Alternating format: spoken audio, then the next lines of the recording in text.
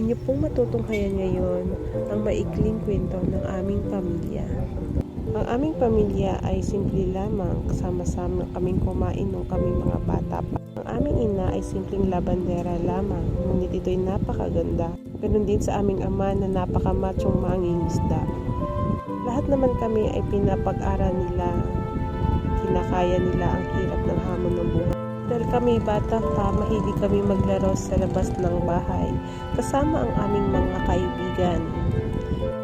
Kami ay namulat sa kahirapan ng buhay, pero lahat naman kami ay nagmamahalan, sama-sama sa lahat ng pagsubok ng buhay.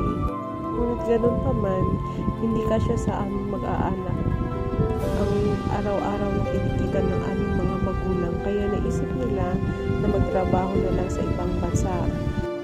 Ito ang malaking pagsubok ng aming pamilya, kaya ang magulang namin talaga ay sinikap nila na kami makapagtapos ng pag-aaral.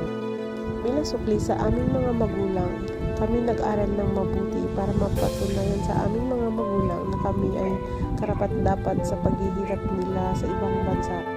Sa aming pagtatapos, gusto namin pasalamatan ng aming mga magulang sa lahat ng paghihirap nila para kami ay makapag-aral ng mabuti.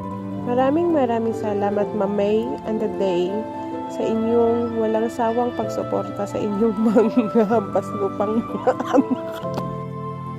Kaya today, sa araw na ito, ikaw ay nagsiselebra ng iyong kaarawan. Happy birthday! Sana naging masaya ka dahil yung gusto mo ay natupad na, yung kami ay lahat ay makagraduate. Maraming salamat, Ma'am May and the Dane, sa ayuda na lagi namin natatanggap. At dito na po nagtatapos ang aming maikling kwento ng aming pamilya. Babush!